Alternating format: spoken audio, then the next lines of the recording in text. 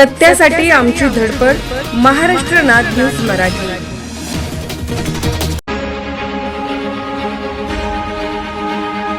सुपारी फुटली आहे, तयार आहे ना तुम्ही सगळे? आम्ही अदलाबदल करत असतो, कधी मी मुख्यमंत्री असतो, कधी मग शिंदेने त्याला कधी डोळा मारला की दाढीवर हात फिरवला. आगे झाला जागे राहा, नाहीतर अनाकोंडा आ जाएगा. एकीकडे लावणी, दुसरीकडे अजून कुठलं आंदोलन. मी सडाफटिंग माणूस आहे, तुमच्याकडूनच व्याजाने आणि उसने घ्यावे लागतील. शेतकऱ्यांनी शेतीकरिता पीक कर्ज योजना अंतर्गत शेतकऱ्यांनी पीक कर्ज घेतले आहे. शेतकऱ्यांनी पीक कर्ज न भरल्यामुळे शेतकऱ्यांची बँक खाते बँकांनी थकीत का? युवासेना उद्धव बाळासाहेब ठाकरे पदाधिकाऱ्यांनी दिले निवेदन. बातमी अमरावती सविस्तर. शेतकऱ्यांच्या बँक खात्यात शेती पिकाच्या मालाची रक्कम जमा झाल्यानंतर शेतकऱ्यांना त्यांच्या खात्यात जमा असलेली रक्कम देण्यास बँक व्यवस्थापक शेतकऱ्यांची अडवणूक करीत आहेत. तसेच परस्पर शेतकऱ्यांच्या खात्यात जमा असलेली रक्कम पीक कर्ज खात्यात जमा करीत आहेत.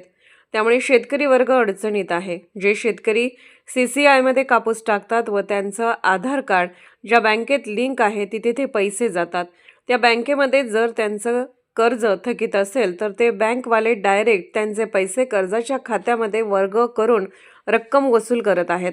अशा प्रकारच्या शेतकऱ्यांच्या काही तक्रारी प्राप्त होताच शिवसेना उद्धव बाळासाहेब ठाकरे पक्षाचे युवासेना जिल्हा प्रमुख अंकुश पाटील कावडकर यांनी या संदर्भात जिल्हाधिकारी अमरावती आणि जिल्हा व्यवस्थापक अग्रणी बँक अमरावती यांच्यासोबत चर्चा करून निवेदन दिले. शेतकऱ्यांना त्यांच्या खात्यात जमा असलेली रक्कम देण्यास बँक व्यवस्थापक यांना आपल्या स्तरावरून आदेशित करावे व कोणत्याही बँकांनी ज्या शेतकऱ्यांची अर्ज थकीत असेल त्या शेतकऱ्यांच्या बँक खात्यावरून कर्जाची वसुली करू नये. केल्यास अशा बँकच्या अधिकाऱ्याला शिवसेना स्टाईलने उत्तर देऊ असा इशारा यावेळी युवासेना जिल्हा प्रमुख अंकुश पाटील कावडकर यांनी दिला.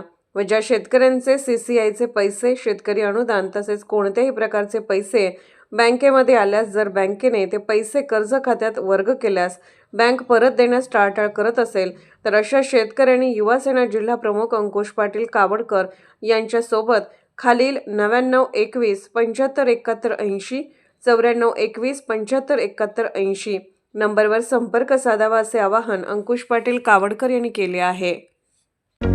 बेल आयकॉनला क्लिक करून महाराष्ट्र नाद मराठी न्यूज चॅनलला सबस्क्राईब करा आणि ताज्या बातम्यांसाठी अपडेट रहा.